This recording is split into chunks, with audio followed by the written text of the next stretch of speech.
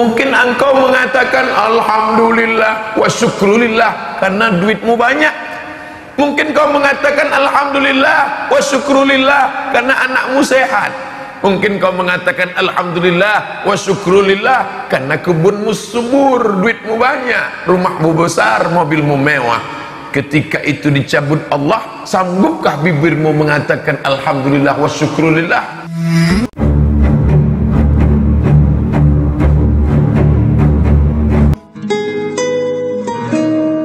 Kata Jabir bin Abdullah, sami'tu, aku mendengar Rasulullah sallallahu alaihi wasallam, Rasulullah bersabda, bi thalathati ayamin, 3 hari sebelum Nabi meninggal, la yamutunna ahadukum, jangan sampai salah seorang di antara kalian, jangan sampai kalian mati, illa, melainkan, wahuwa, dia dalam keadaan yuhsinu zanna billahi azza wa jalla, melainkan dalam keadaan husnuzan kepada Allah subhanahu wa ta'ala.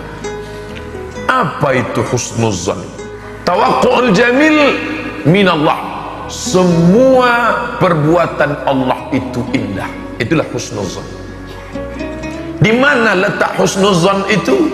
Fil qalbi, di dalam. Husnuzan itu bukan amal badan, bukan amal harta, tapi dia min a'malil qulub, amal hati. Maka dia tak nampak. Yang nampak itu adalah efeknya, efek dari husnuzan. Sedangkan husnuzan itu amal hati, letaknya di dalam. Dari mana dia datang? Husnuzan datang dari ma'rifatullah, mengenal Allah subhanahu wa ta'ala. Dari pengenalan Allah yang sempurna itulah datang husnuzan. Saya ini bergelimang dosa Pak Ustaz, apakah Allah memaafkan saya? Husnuzan. Buka Quran hai saudaraku, buka. Apa yang pertama ditengok? Bismillahirrahmanirrahim. Allah menampilkan dirinya dengan sifat yang paling lembut. Bismillahirrahmanirrahim. Tidak diawalinya dengan Ar-Rahim. Bismillahirrahmanirrahman. Nah, kenapa Ar-Rahman? Bismillahirrahman, semua mendapat rahmatku. Kafir dapat, yang menyembah batu dapat, yang menyembah kayu dapat, yang menyembah lembu dapat, yang menyembah hantu pun dapat. Subuh nih, siapa yang paling cepat bangunnya subuh nih, maka dia dapat rezeki, walaupun dia menyembah hantu, menyembah pokok kayu, menyembah lembu, menyembah batu. Rahman. Tapi ada yang hanya mendapatkan rahmat Allah dan ampunannya. Siapa itu? Ar-Rahim. Maka jangan pernah berputus asa dari rahmat Allah. La tayasu min rauhillah, jangan kau putus asa dari rahmat kasih sayang ampunan Allah. Innahu la yayasu min rauhillah illal qaumul kafirun. Yang putus asa itu hanya orang kafir saja. Allah memaafkan silap saya Pak Ustaz, Allah memaafkanmu saudaraku. Semua botol kamput tua, bir, mix, Carlsberg, vodka, semua ku minum Pak Ustaz, Allah memaafkan dosamu. Semua tempat judi, zina ku lakukan, Allah mengampunkan dosamu. Husnuzan kepada Allah. Jadi Allah maafkan saya Pak Ustaz. Ya, kalau gitu saya tobat 5 tahun lagi lah Pak Ustaz. Apa beda husnuzan yang hakiki dengan husnuzan yang batil?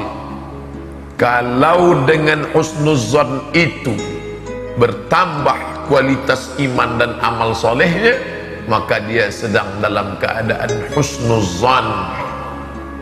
Fi'lul khairat wa tarkul munkarat. Apa beda orang husnuzan yang benar dengan yang salah Pak Ustaz? Fi'lul khairat, makin rajin beramal soleh. Wa tarkul munkarat, cepat meninggalkan yang mungkar, maka itu husnuzan. Tapi kalau sudah dijelaskan Ustaz dengan husnuzan, dia nyantai, kamu kenapa belum juga lagi sholat? Ah, kita husnuzan aja sama Allah.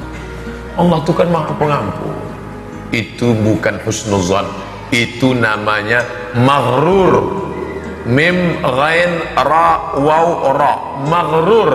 Apa arti maghrur? Tertipu. Maghrur, tertipu dia dengan setan. Jadi hati-hati. Makanya sebelum baca Quran, idza qara'tal Quran, kalau kau baca Quran, fasta'iz billah, minta lindung kepada Allah. A'udzu billahi minasyaitonir rajim. Kenapa minta lindung kepada Allah sebelum baca Quran? Supaya jangan sampai menyelewengkan penafsiran Al-Quran. Peminum khamar tahu dia kalau dia sedang berdosa. Aku berdosa nih Pak Ustadz, sedang mabuk. Pecandu narkoba sadar dia sedang buat dosa. Saya sebenarnya tahu Pak Ustadz jual narkoba nih salah, tapi gimana lah, rumah belum bayar, anak menangis, istri melahirkan. Pezina tahu dia bahwa perbuatan itu dosa, tapi yang paling mengerikan orang yang ngaji tapi menyelewengkan penafsiran Al-Quran, dia menyangka sedang berbuat baik. Nilai yang hati-hati. Saya husnuzon pada Allah tuh Pak Ustaz. Makanya apapun dosa saya tetap enjoy aja. Kita yang penting husnuzon. Ente bukan husnuzon, ente maghrur, sedang tertipu. Siapa yang menipu? Setan. Ditipunya, itulah namanya talbis iblis. Tipis-tipis dia, talbis iblis, menyangka sedang berbuat baik padahal sedang berbuat buruk. Husnuzan membuat orang menjadi rajin beramal. Jadi Pak Ustadz, Allah memaafkan dosa saya selama ini? Iya. Innallaha la yaghfiru an yushraka bihi. Allah tak mengampunkan dosa syirik kalau kau tetap berada di dalamnya. Wa yaghfiru ma duna dzalika liman yasha. Allah mengampunkan dosa yang lain. Segera dia bertobat, mandi tobat, salat sunat taubat, memperbanyak istighfar, digantinya segala yang buruk-buruk menjadi baik. Illa man taba, bertobat, wa amana, beriman, wa amila amalan salihah, beramal soleh. Mereka itu yubaddilullahu sayyiatihim hasanat. Semua yang buruk-buruk diganti Allah dengan, bukan hasanat, hasanat satu, kalau banyak hasanat. Muslimat satu, kalau banyak muslimat. Mukminat satu, kalau banyak mukminat. Hadirat satu, kalau banyak hadirat. Apa maknanya? Orang selalu diajarkan husnuzon kepada Allah Subhanahu wa ta'ala. Yang pertama, husnuzon pada perkara bahwa Allah mengampunkan dosa, maka segeralah bertaubat. Banyak orang tak mau bertobat, dua hal. Pertama, lalai.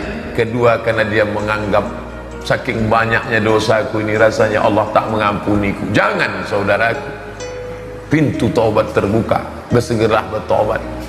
Ilahi, hai Tuhanku, zunubi, dosa-dosaku, mislu a'dadir rimali, dosaku sebanyak rimal.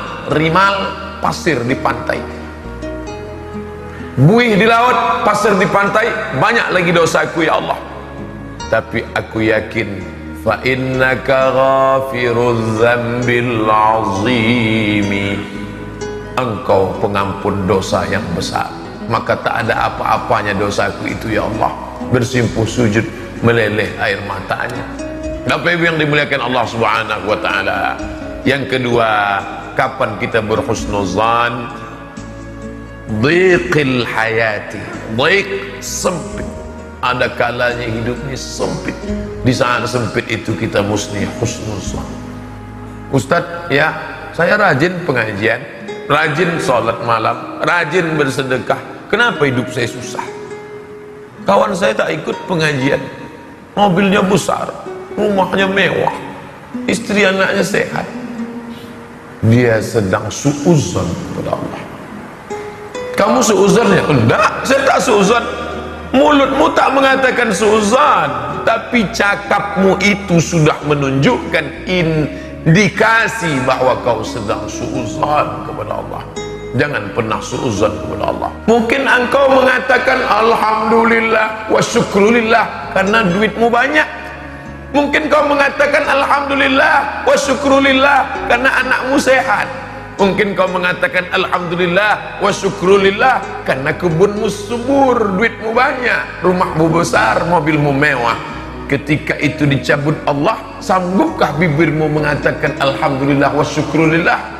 Mencakapkannya aja yang mudah tuh Pak Ustaz, menjalaninya payah Pak Ustaz. Nabi Muhammad SAW menjalani langsung supaya hati itu murni hanya Allah semata. Jangan sampai bergantung kepada yang lain.